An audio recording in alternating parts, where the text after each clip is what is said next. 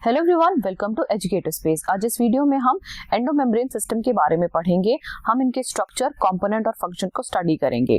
तो सबसे पहले हम बात करेंगे कि एंडोमेम्ब्रेन सिस्टम क्या होता है। तो जब हमारी बहुत सारी ऑर्गेनेलीज एक साथ मिलकर काम करती हैं प्रॉपर कोऑर्डिनेशन में, तो ऐसे सिस्टम को हम एंडोमेम्ब्रेन सिस्टम बोलते हैं।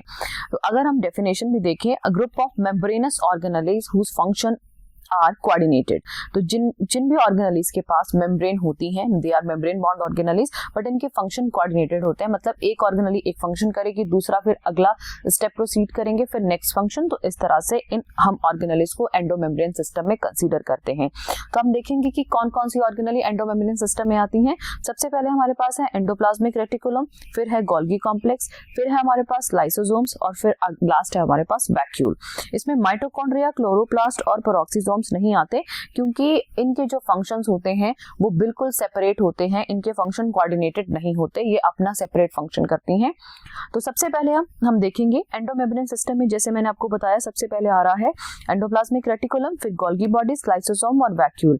एंडोप्लाज्मिक रेटिकुलम का काम होता है प्रोटीन और लिपिड सिंथेसिस करना, और गोल्गी बॉडी क्या करती है, यही जो प्रोटीन और लिपिड जो ईआर ने बनाई होती है, इनकी पैकेजिंग और शिपिंग का काम करती है। और फिर जो लाइसोजाइम्स हैं वो बायोमोलिक्यूल की डाइजेशन का काम करते हैं।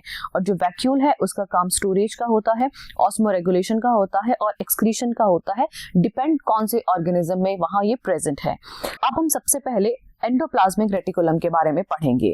तो एंडोप्लाज्मिक रेटिकुलम को अगर हम देखें तो इसका जो स्ट्रक्चर होता है वो ट्यूब लाइक होता है। और जो एंडोप्लाज्मिक रेटिकुलम होते हैं उसके दो टाइप होते हैं। एक हमारे पास होता है रफ एंडोप्लाज्मिक रेटिकुलम और दूसरा होता है हमारे पास स्मूथ एंडोप्लाज्मिक रेटिकुलम, जिसके पास आपके पास यहाँ ये आप देख रहे हैं ग्रीन लाइक स्ट्रक्चर, इनको हम बोलते हैं राइबोसोम्स। और ये जो राइबोसोम है ये प्रोटीन सिंथेसिस करते हैं जिन्हें न्यूक्लियोलस ने बनाया होता है। अगर ये राइबोसोम्स एंडोप्लाज्मिक रेटिकुलम के ऊपर प्रेजेंट हैं तो हम ऐसे ईआर को बोल देते हैं रफ एंडोप्लाज्मिक रेटिकुलम, और जिसपे ये राइबोसोम प्रेजेंट नहीं होते उसको हम बोलते हैं स्मूथ एंडोप्लाज्मिक रेटिकुलम। तो हमारे पास जो रफ एंडोप्लाज्मिक रेटिकुलम है उसका काम प्रोटीन सिंथेसिस का है, और जो स्मूथ एंडोप्लाज्मिक रेटिकुलम है उसके ऊपर कोई भी राइबोसोम नहीं होंगे, बट वो लिपिड और स्टेरॉइड के सिंथेसिस करते हैं। और जो हमारे पास रफ एंडोप्लाज्मिक रेटिकुलम है वो न्यूक्लियर मेम्ब्रेन के साथ एसोसिएट रहता है। नेक्स्ट ऑर्गेनेली हमारे पास है गोल्गी अपरेटस, जिसे कैमेलियो गोल्गी ने 1898 में डिस्कवर किया था। अगर हम इसकी स्ट्रक्चर की बात करें तो इसके जो स्ट्रक्चर होते हैं उसमें सिस्टर्ने होते हैं। सिस्टर्ने डिस्क शेप स्ट्रक्चर्स होते हैं। तो इस तरह से जो फोल्डेड लाइक स्ट्रक्चर होते हैं इन्हें हम क्या बोलते हैं, आपके सिस्टर्ने।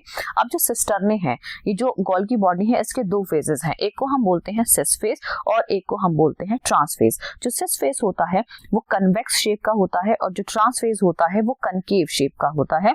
सिस फेज को हम बोलते हैं फॉर्मिंग फेज, एक और नाम है इसका फॉर्मिंग फेज।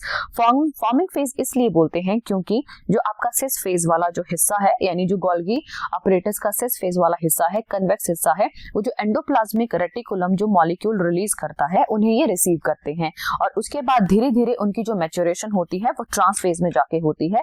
इसीलिए आपके पास उसको बोलते हैं मैच्योरिंग फेज। तो ये आपने चीजें याद रखनी है। तो यहाँ आप देखेंगे जो स्ट्रक्चर है वो स्टैक डिस्क लाइक शेप है सिस्टर्ने, और फेसेस इसके दो होते हैं, एक सिस फेज जिसको हम फॉर्मिंग फेज या कन्वेक्स शेप इसकी होती है, और ट्रांस फेज को हम मैच्योरिंग फेज बोलते हैं जो कनकेव शेप का होता है। तो मेन अगर फंक्शन देखें तो इसका क्या काम होता है, हमारे पास क्या होते हैं, कार्बोहाइड्रेट्स हैं मेन, फिर प्रोटीन है और लिपिड्स हैं। तो ये क्या करता है, कार्बोहाइड्रेट को प्रोटीन के साथ मिक्स करके एक मॉलिक्यूल बनाते हैं, और जो आपके पास कार्बोहाइड्रेट को लिपिड के साथ कंबाइन करवा के भी एक मॉलिक्यूल बनाते हैं। तो जो मिलता है ग्लूकोज और प्रोटीन का उसे बोलते हैं ग्लाइकोप्रोटीन, और जो आपके पास बनता है ग्लूकोज और लिपिड का उनको हम ग्लाइकोलिपिड्स बोल देते हैं। तो इसका यही काम है कि मॉलिक्यूल की क्या कर देता है, पैकेजिंग कर देता है, दो मॉलिक्यूल को इकट्ठा पैक करता है, और जैसी बॉडी में नीड होती है इन मॉलिक्यूल की वो धीरे धीरे रिलीज होना शुरू हो जाते हैं। तो बस मॉडिफाई, सॉर्ट करना, पैकेज करना प्रोटीन और लिपिड्स को विद द कार्बोहाइड्रेट, ये इसके फंक्शन है। नेक्स्ट हमारे पास है लाइसोसोम। जो लाइसोसोम है उनको बनाता ही गोल्गी बॉडीज है। तो गोल्गी बॉडीज से ही इनकी फॉर्मेशन होती है, और आपके पास ये भी एक मेम्ब्रेन वेसिकल है।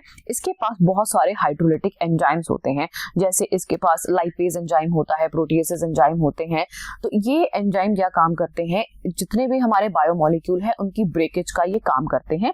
ये कुछ इस तरह से इसका स्ट्रक्चर दिखता है, मेम्ब्रेन होते हैं और अंदर एंजाइम होते हैं और कुछ ट्रांसपोर्ट प्रोटीन लगी रहती है इसके सरफेस के ऊपर।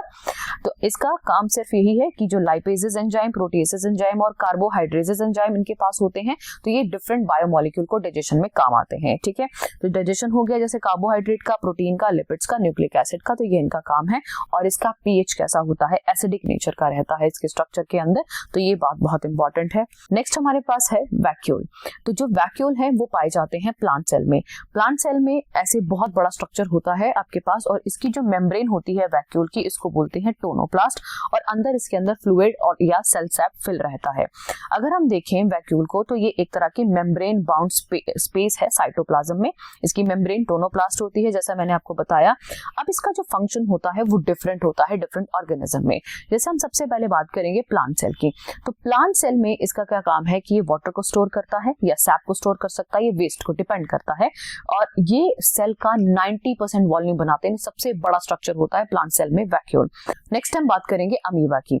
अमीबा में कॉन्ट्रैक्टाइल वैक्यूल होता है, उसका काम है ऑस्मोरेगुलेशन करना और एक्सक्रीशन करना, तो ये इसके फंक्शन होते हैं। नेक्स्ट हम देखेंगे प्रोटिस्ट। जो प्रोटिस्ट होते हैं उनमें जो ये वैक्यूल प्रेजेंट होता है वो as a food vacuole present होता है, तो जितने भी फूड पार्टिकल होते हैं उसे एनगल्फ करने में काम आता है।